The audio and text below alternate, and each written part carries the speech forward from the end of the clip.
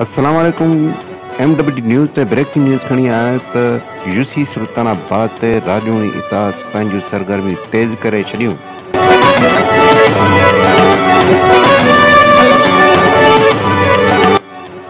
UC Sultanabad ते राजूनी इताद जे ज़हीर अहमद पल ऐं वाइस चेयरमैन अज़ीज़ बिरोई जो ॻोठ कबीर तालपुर में पहुचण ते वालिहाना इस्तक़बाल कयो वियो।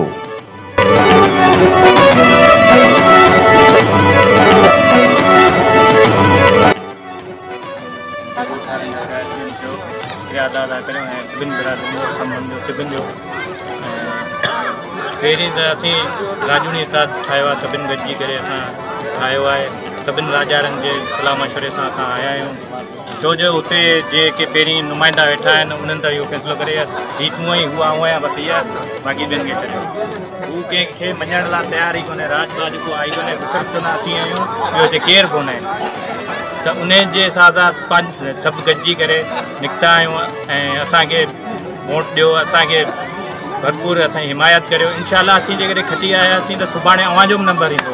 असीं जेकॾहिं असां पाड़े वारा सभु गॾिजी वेहंदा त अॼु असीं आहियूं, सुभाणे आहियूं आहियूं, सुभाणे हुन खां पोइ ॿियो कंहिंजो ॻोठ वारे जो वारो ईंदो, सभिनि जो ईंदो। जो पाड़े वारा सभु गॾिजी फ़ैसिलो कंदो उहो ई थींदो। पर हाणे हिननि त पंहिंजो माना हिकिड़ो ठीको खणी हीअ तुंहिंजो आहे, मुंहिंजो आहे, बसि ॿियो केरु आई कोन्हे। माना हीअ सम्झनि त पाड़ो आई ई कोन्हे। उन जे करे सभु गॾिजी पंहिंजो वॾे रुपए करे बंदि कमरनि में फ़ैसिला करे टिकटूं वठी चयूं त असां हीउ फ़ैसिलो कयो आहे। इहे फ़ैसिला त राज कोन मञींदा। इहे सभु राज गॾिजी दोस्त ॿाहिरि सभु गॾिजी इहे राजू सलाह मशवरे सां राजू नेता ठाहियो आहे, सरदार लियाकत जो पैनल। इनशाला सभु गॾु आहियूं, असीं इहे ग़लति फ़ैसिला कोन मञींदासीं।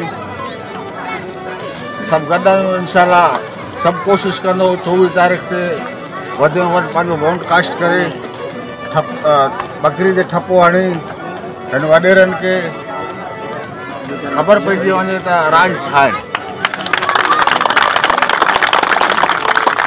कोई पाकिस्तान पीपल्स पार्टी आहे, कंहिंजो जागीर न आहे, कंहिंजो पीउ जो पार्टी कोन्हे। हीअ ग़रीब आवाम जो पार्टी आहे, राज्य जो पार्टी आहे, वर्करनि जो पार्टी आहे। असीं जो वर्कर आहियूं, सम्झी न। इनशाला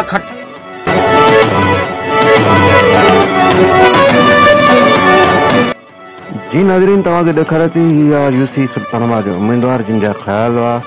ईंदड़ ब्रेकिंग न्यूज़ ताईं असांखे हाणे इजाज़त ॾींदा। नई ब्रेकिंग न्यूज़ सां गॾु जल्द हाज़िर थींदासीं। उनखां पहिरीं अल्लाह हाफ़िज़।